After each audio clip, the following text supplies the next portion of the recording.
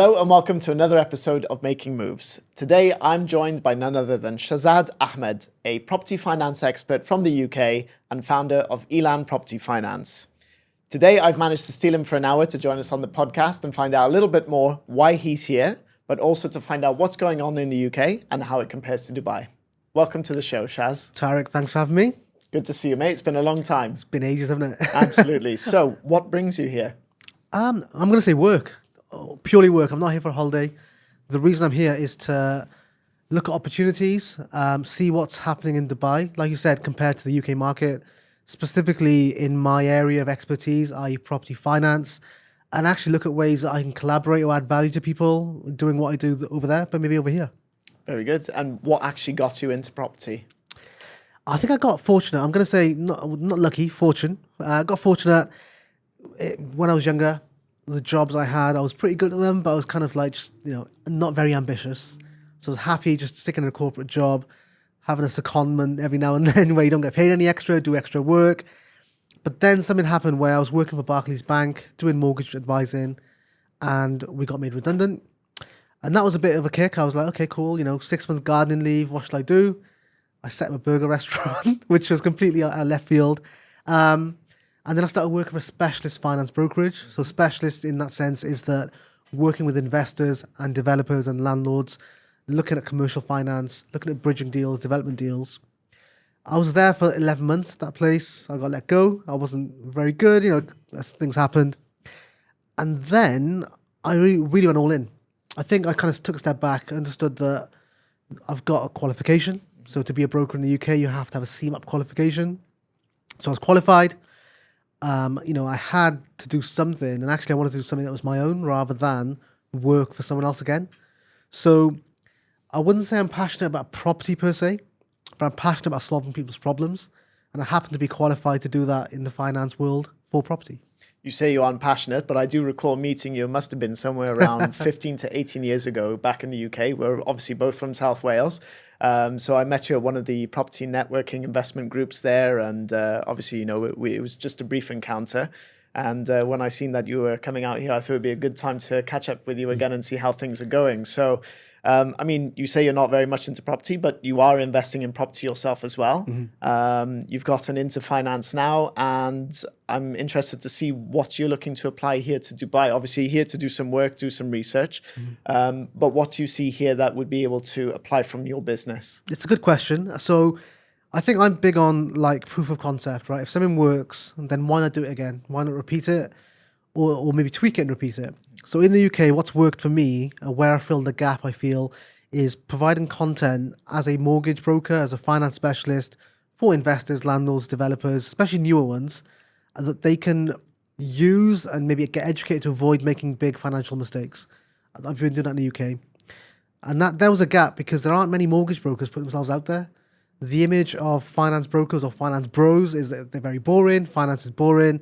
Suits, blazers, all that sort of stuff, right? So I've kind of done really well, if I'm honest, over there. I've filled that gap. I've got a community, I've got an audience. People kind of know who I am in certain circles, which is great. And then I'm looking at Dubai, looking at the market. Property is everywhere. Property is being built. Commercial units are being built and sold non-stop. And I'm like, hang on. These real estate brokers, they're rock stars. They, doing all these videos. But there's still no one doing videos for financing, right? And the people that are very corporate. Again, suits, ties, blazers, white shirts, in an office, very factual. And no one's doing it the way I've been doing it. So and this is your brand, WheresShaz. This is the whole WheresShaz thing, which when I was coming in here, I was like, is that my alter ego? But actually isn't. It is me. Okay. WheresShaz is me. WheresShaz came about because when I started the business or started kind of being self-employed, I knew that I had no clients, I had no brand, I had no hope, I had no income. So I had to go all in. So I went for the first 6 months to 9 months, I went to every single networking event, whether it was in Wales, which is where I'm from, up to as far as Birmingham. I think my kind of threshold is 2 hours driving. Mm-hmm. Other than that, I get tired. So went to every event, posted on social media, DM'd a lot of people, having conversations, being genuinely interested. I wasn't selling anything. I was just genuinely interested in what everyone's doing, offering value. And it got to a point in that period where I'd see people and they'd be like, oh, where's Shaz? Where's Shaz? And it stuck. I was like, that's a good name. And, here we are. And The good thing about that name is it's universal. So it's not WheresShaz property or it's not Where's Finance Shaz. It's WheresShaz.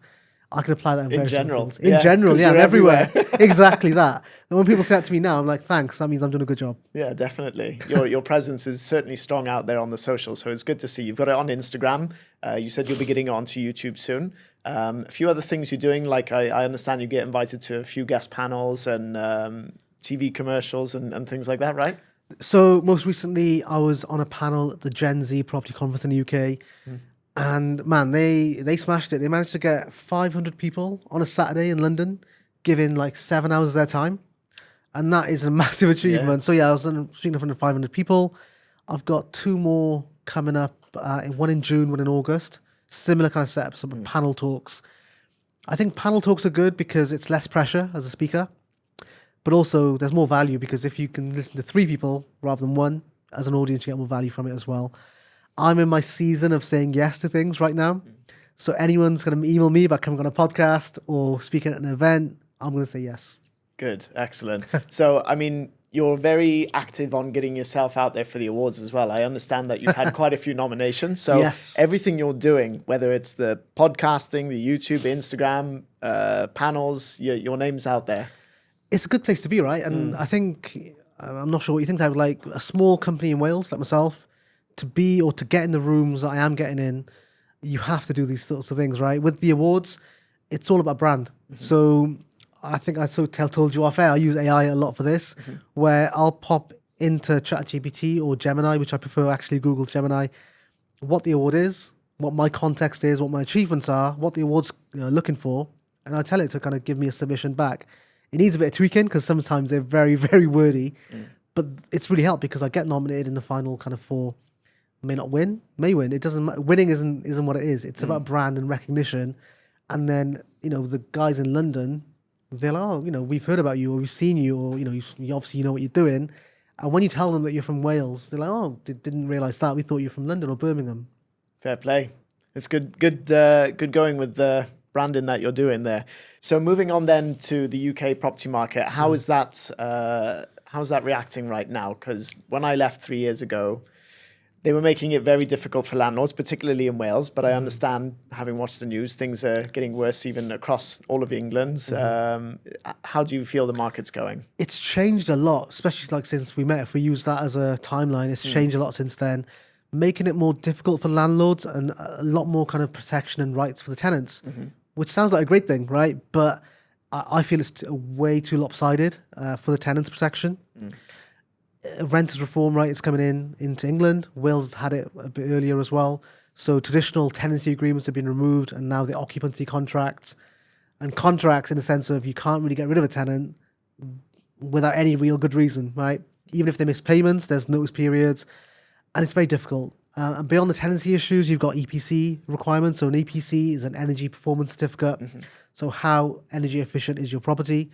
Right now, it has to be E or above. I believe it's 2027. The targeting has to be C or above. How regularly assesses that now? For every 5 years? Every 5 years. Now, the issue is, if it's a new build, fine, you'll be fine. If it's a property you might have maybe done a refurbishment or conversion to, fine. But some of the older properties, in the valleys, for All the example. terraced houses, yeah. Yeah, like that are built a certain way. How are they going to be efficient? How are they going to be funded? Because some of the work that's needed might be very costly. And again, it's landlords having to put their money into something that isn't cash flowing that well anyway. And a lot of them would think, is it even worth it anymore? So given the difficulties that the market's facing now for landlords, do you see a shift in sentiment or a shift in investment tactics? Yes, definitely. So strategies have changed. The most popular thing I deal with right now, I'd say, is probably serviced accommodation or holiday lets, properties on Airbnb. But it isn't, like a house that's on Airbnb. These are investors who are maybe turning a house or an apartment into more of a luxury holiday let. So they might put a swimming pool in there. They might put a games room in there. Something that isn't residential anymore. It's luxury. It's holiday let, and you get longer bookings in there. Okay. They try and get NHS contracts. They try and get employers to put their staff in for 6 months at a time, and it's working really well for cash flow as well. The other really popular strategy right now is social housing, where you get government contracts or lease providers from kind of care homes and things.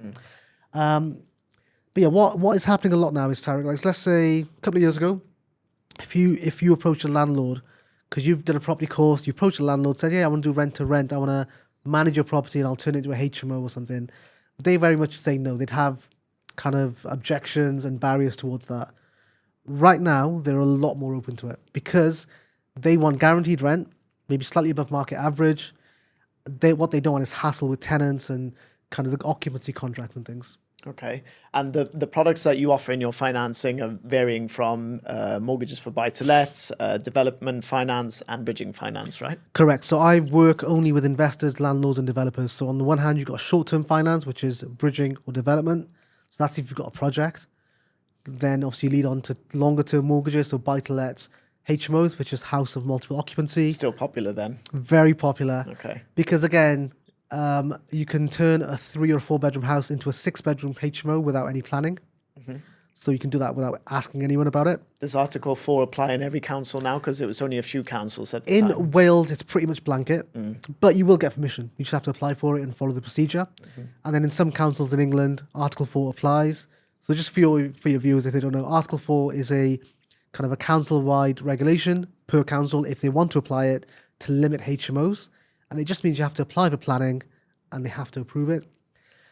Sometimes people hear that and they won't even bother and they'll look elsewhere. But this would also apply for the social housing, right? Because it falls under the same principle, I guess. No. So here's the thing. With the social housing, one of the reasons it's popular, let's say it's in Birmingham. So Birmingham has Article 4, which means if you want to just make a HMO, regardless how big it or small it is, you have to have planning. Mm-hmm. Unless it's social housing, because then they're exempt. Okay. Because it's a government contract, you're exempt from HMO guidance. Wow, I can see the popularity in it then in that case. Less costs, soundproofing rooms and fire hazard. I'm sure you still have to apply fire hazards. You have to make it obviously safe to let, but in terms of kind of planning guidelines and licensing, you haven't got to get a license. Very good. So what kind of investors do you see are thriving in the market right now? You say that social housing is quite popular, and I can imagine it is a very good income because it's guaranteed direct from the councils. But do you see a lot of other things still carrying on? You did mention earlier to me off the podcast about financing potentially one of your biggest deals, converting a commercial into a residential block of apartments. Yes, so commercial conversions are very popular at the moment, and it's either a commercial into a full residential. But I think where people are being clever, if they're smart investors, it's commercial into a semi-commercial. So you keep the downstairs as shops, offices, retail, and the upstairs you turn into maybe multiple flats, holiday lets, HMOs. And that way you've got two diverse lots of income coming in, multiple incomes from the top, commercial income from the bottom. From a cash flow perspective, it makes sense, but it's very cash intensive. You might need development finance, and then the rates of interest on those, can be very expensive. Do you find the investors that you're dealing with talking much about Dubai? Yeah, I think it's a hot topic right now, and it's been a hot topic maybe since COVID. One of the reasons perhaps is the tax benefits. We spoke off air. I think the tax situation, it's a situation, right? You want to earn money to support your lifestyle, to support your family, and obviously reinvest into your business. But if you're hit with various different taxes and legislation and regulation at every different stage, often you can feel, well, is it worth it? Especially then if you think, hang on, 6 hours away from England, there's this city that that allows us to do all this, actually encourage us to do this. Why would we not set up there? Yeah, good point. Do you find in and amongst the high net worth that you potentially be dealing with, do they talk much about closing down their portfolios of property in the UK to relocate over here? One of my biggest clients actually has done that. So he's not necessarily sold all his portfolio, but he sold some just to give him a cash pot and moved over here with his family, just like that. And I'm obviously very happy for him, and it's great and it's worked out for him. I think some people do have attachments in the UK. They may not want to move their family over. If they've got kids, they might just think that they're in education, we can't move over, but they do more of a slow transition. I've seen people who are coming here a lot more now, maybe 3 months at a time.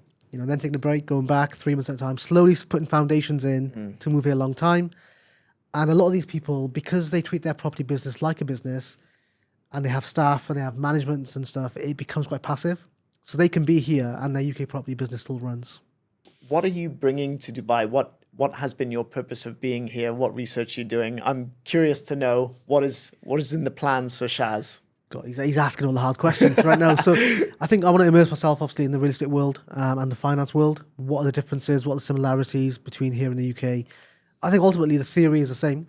Down payments, deposits, loans, interest, or if it's Sharia, it's still, different ways of doing it. But I want to understand the kind of the service element and the processing element, the back end stuff, what documents are needed versus what we need over there. So I just want to understand the differences and similarities. That's more from a business perspective. From me, kind of being here, I want to meet people like yourself, other people that I'm meeting, see how they're getting on, and just see kind of the finance element. Because at the moment, if I was here and I thought property finance, who would I think of? There's one or two names, but there's definitely space for more. So in terms of the business element, a lot of the principles remain the same in terms of collecting documents, doing checks on affordability and all those sorts of things. But the one difference that I've certainly noticed here is you don't have many private equity investors like you did back in the UK, where you could approach smaller companies to get financing, where they would then take a second charge on the property, which basically means having someone else on the title deed of the property in case the finance isn't recovered. Those are the things that are definitely lacking from here. So typically speaking, when people are looking for finance, it's from one of the banks that we've got here in the UAE. Yes, there are some companies that will offer development, but that's more on a much larger scale. So it'd be interesting to see those products being brought here, particularly bridging, which you might be able to delve in a little bit further why that could be a little bit difficult here. But development finance as well on a smaller scale, because there are definitely investors here who at the moment are using mostly cash.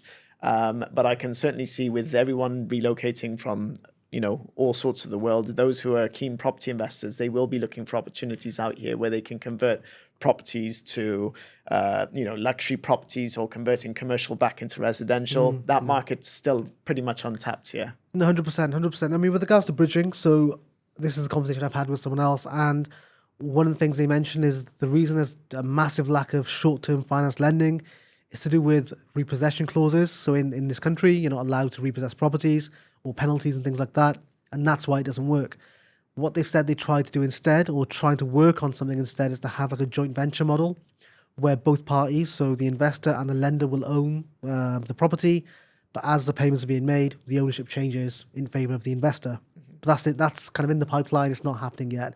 But I can see development finance working here quite well as well, in terms of, well, I guess it's similar to off-plan, isn't it? You're getting staged payments as the work's going on. Yeah. That's how you'd finance it, and that's what development finance is in the UK. So they could work here, and this is what's interesting about me being here, is that because we're doing this over there in the UK, and the finance is quite new here in Dubai, if I'm honest, quite young, these products will come into the market, and people like myself will be a bit more kind of au fait with it because we've dealt with it before. Exactly. So in your time, I know you've been to the UAE quite a number of times before, but in the time that you've been here now, what's been impressive to you? What looks exciting? It's just the sheer number of developments. Everywhere you look, there's towers being built. But I think it's not just towers now. There's a lot of commercial units being built, but also, like, I guess, what do you call them? Kind of gated communities. One of the complaints people do have when they move over is that, there's nowhere to walk around. There's no shade, or there's no kind of safety in that kind of community aspect. But I've seen a lot of communities now where there is a walking area, because I think that's a European thing. Yeah. In Wales, England, Europe, you can walk from place to place. You can't so much here, but one, it's the weather, and two, it's roads everywhere.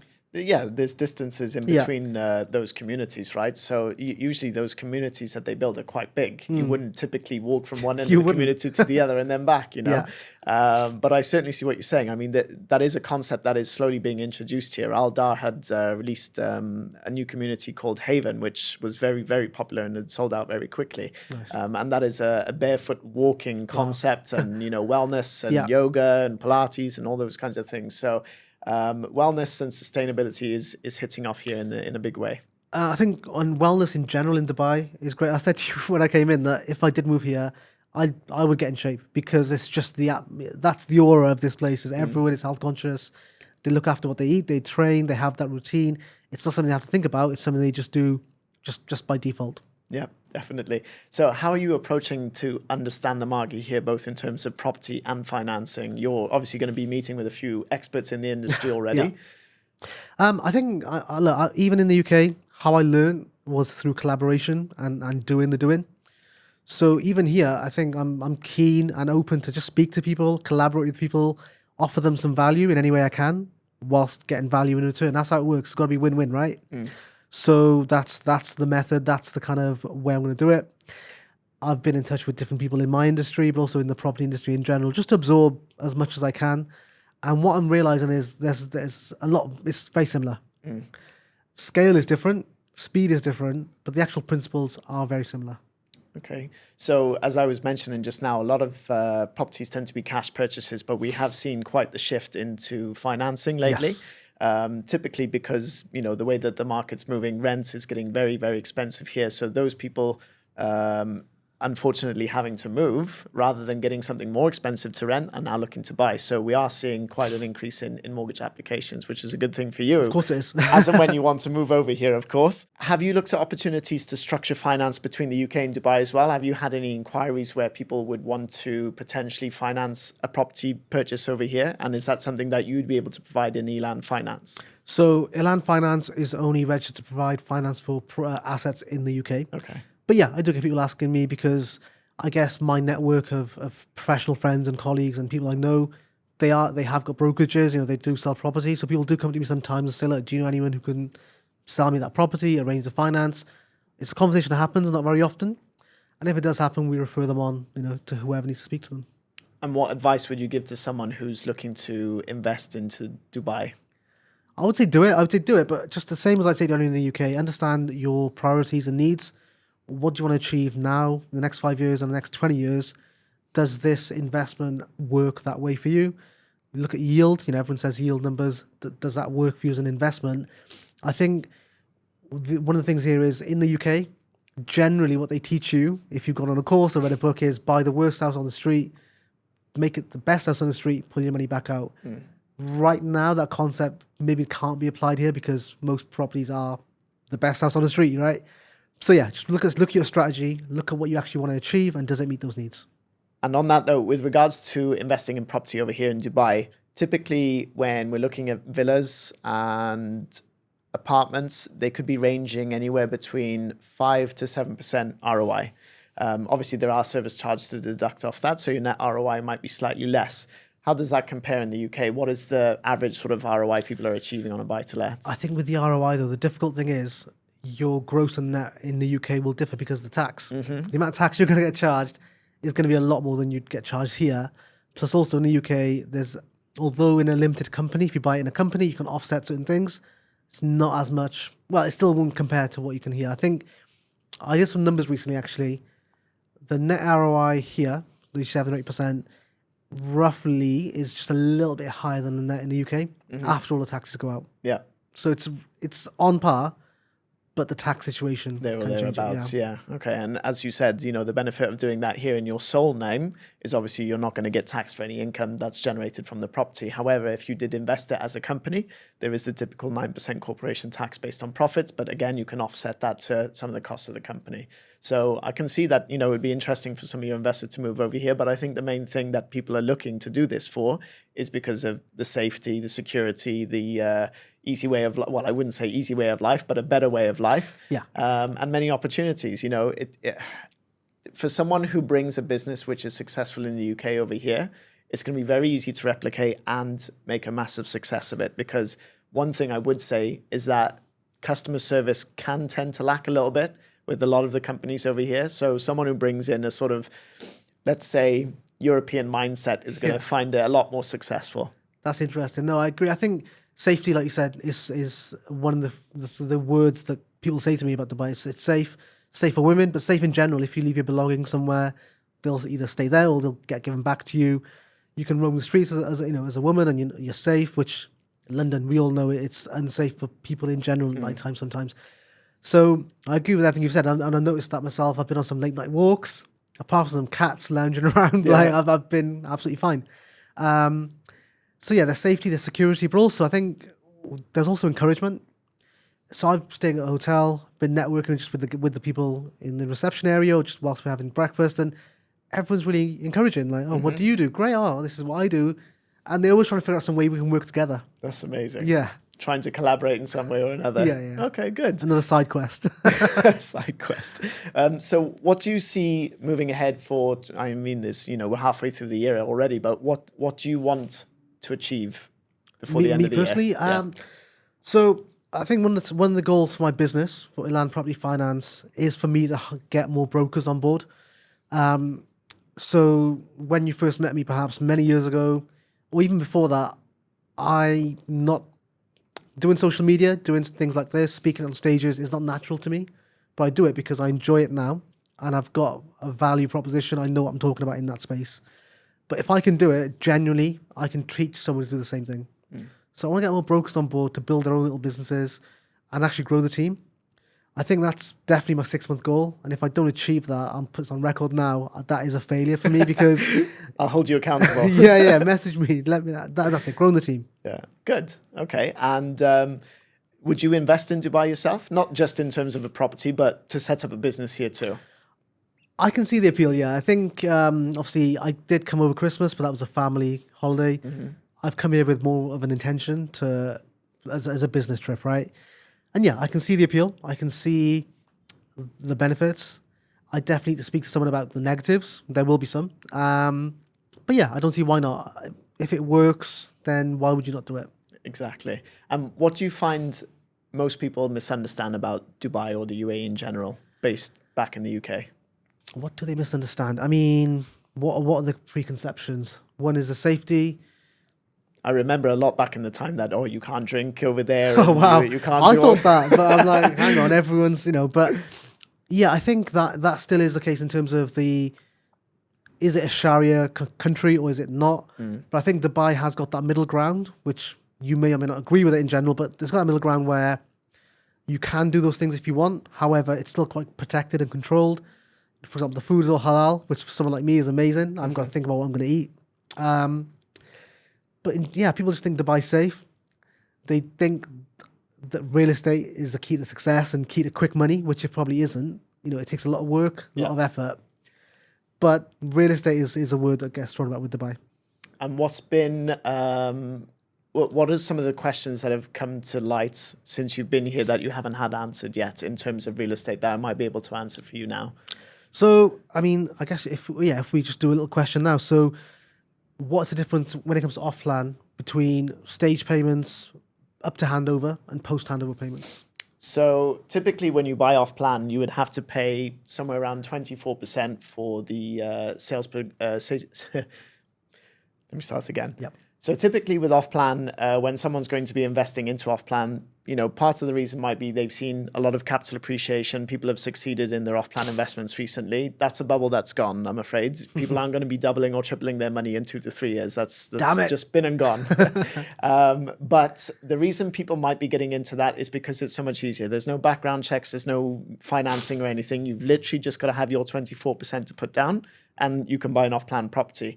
It's up to you then to continue your payments and ensure that you see it through to the end to be able to get the handover of your property.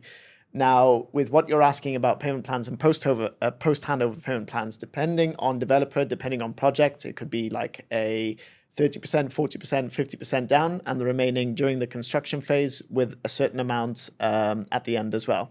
So typically it would be like let's say, 40-60. So 40% during the construction phase, 60% on the handover, meaning you've got to have all that cash ready for when the property's ready.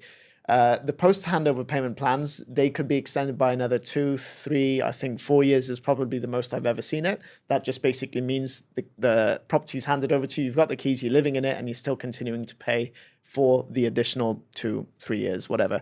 What I would say, though, is that most of those developers that are offering post-handover payment plans aren't the developers that you should really be looking for if you're looking for capital appreciation.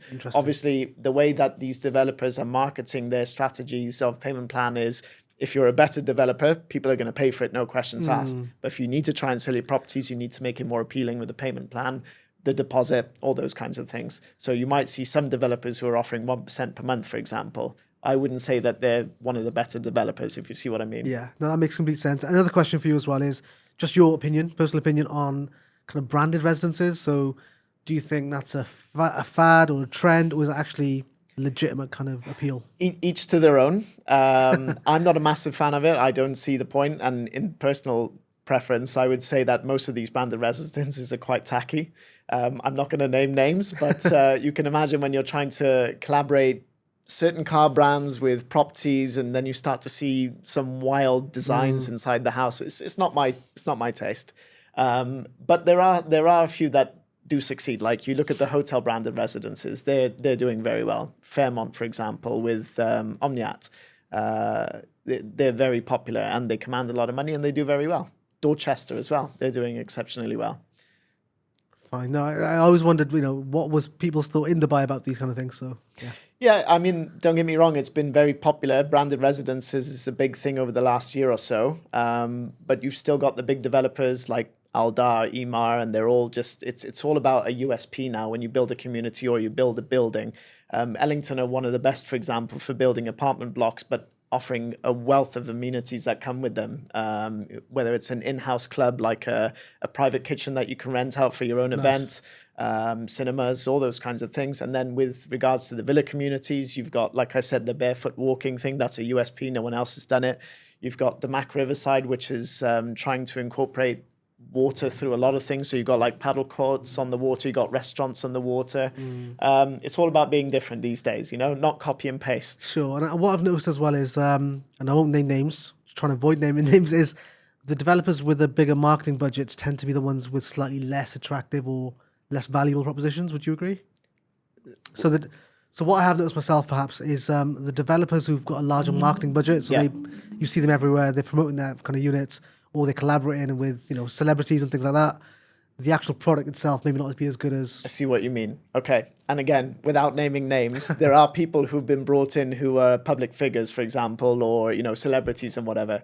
And I've noticed this a lot lately where they're bringing them in for the launches and things like that.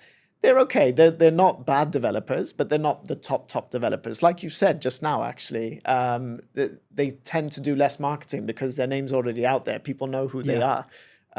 So it would be the likes of Lamborghini and Ferrari. You don't see them advertising, but people buy them. It's that same sort of principle, I would say. In my personal opinion, the best developers here in Dubai specifically would be Shoba, Emaar, and Ellington.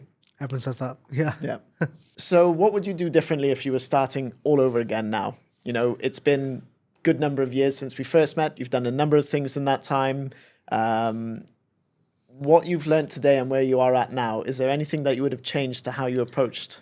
Yeah, kind of, yes. So I think what I've realized, and you can only connect the dots once you've gotten to the end, is my intuition or whatever you call it is 9 times out of 10 always correct. So I would always say, look, if I was going to speak to my younger self, I would say, just take the action a lot sooner. I normally have an idea. I'll sit on it or stew on it or tell everyone and see what they think, and then take a while to actually do the action. And it ends up going really well. Then I always think I should have just done that sooner. So I think that would be something different. It's just do what I'm thinking of a lot sooner. Very good. And for those who want to follow your journey, where's the best place for people to follow you? They've got to ask the magic question, which is WheresShaz. WheresShaz. Everywhere. I love that. What a close. Great. Well, thank you very much for coming along on the podcast today. It's been great to have you, and I wish you every bit of success during your time here. As you've seen already in Dubai, people are happy to help and people are happy to share their ideas. So you're certainly in the right place if you're wanting to learn about how things work here and how you might be able to transfer those principles from your business in the UK to here in Dubai. And fingers crossed everything goes well for you for getting something set up here if that's what you want to do. Amazing. No, Tariq, thanks again for having me. Yeah. Good to see you, mate. Take care. And for all our viewers, thank you very much for tuning in again. We'll see you on the next one.